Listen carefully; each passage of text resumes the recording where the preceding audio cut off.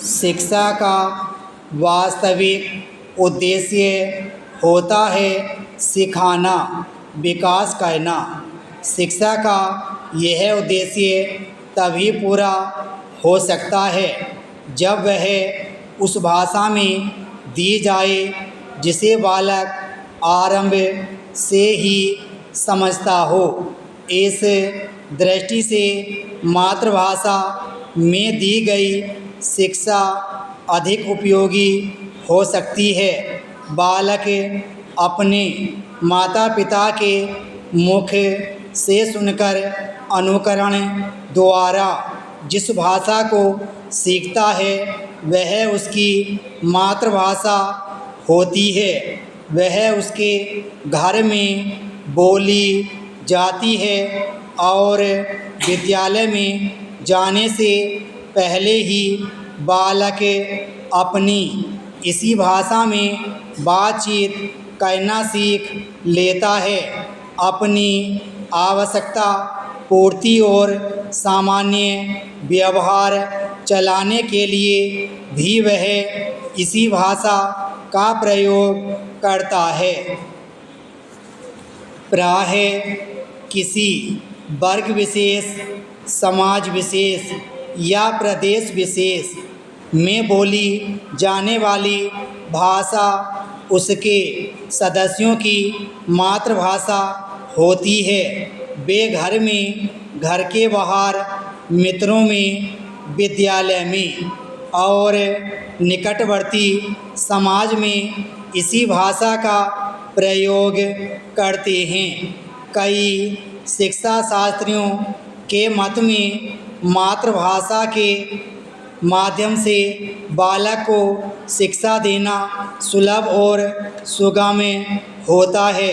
बालक उस भाषा के घरेलू और व्याकरण बंधन से रहित रूप से पहले ही परिचित होता है। विद्यालय में केवल उसकी लिपि, व्याकरण तथा साहित्यिक रूप सिखाने से वह उसे शीघ्र हृदयंगम कर सकता है। ऐसी भाषा के माध्यम से वह अन्य विषयों को भी शीघ्र ही पढ़ लिख कर उनमें समुचित ज्ञान सरलता से हासिल कर सकता है। इन्हीं कारणों से इस अर्थात मातृभाषा में शिक्षा की बात कही जाती है। मातृभाषा के अतिरिक्त राष्ट्रभाषा या अंतर्राष्ट्रीय भाषा भी शिक्षा का माध्यम होती है। इनमें से राष्ट्रभाषा उस भाषा को कहते हैं जो किसी राष्ट्र के विभिन्न प्रदेशों में पारस्परिक व्यवहार की भाषा हुआ करती है।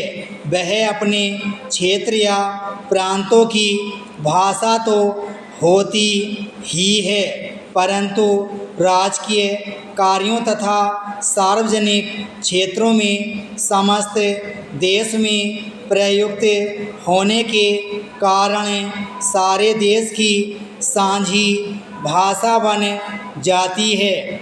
हिंदी को भारत में यह संवैधानिक स्थान प्राप्त है। राष्ट्रभाषा के बाद भाषा का अंतर्राष्ट्रीय स्वरूप और स्तर हुआ करता है। जिस भाषा का विभिन्न राष्ट्रों के आपसी व्यापार तथा राजकीय कार्यों में प्रयोग होता है उसे अंतर्राष्ट्रीय भाषा कहते हैं।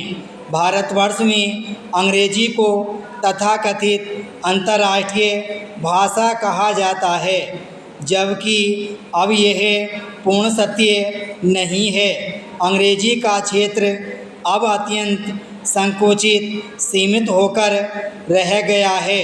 अंग्रेजी शासनकाल में भारत में शिक्षा का माध्यम अंग्रेजी को बना दिया गया था, जो बहुत अंशों में अब तक भी विद्यमान है। इसी अदूरदर्शिता के कारण भाषा शिक्षा के साथ साथ अन्य क्षेत्रों में कुछ विशेष नहीं कर पाया। वह अपनी राष्ट्रभाषा ही नहीं, मातृभाषाओं के ज्ञान में भी लगातार पिछड़ता जा रहा है। विराम स्टॉप।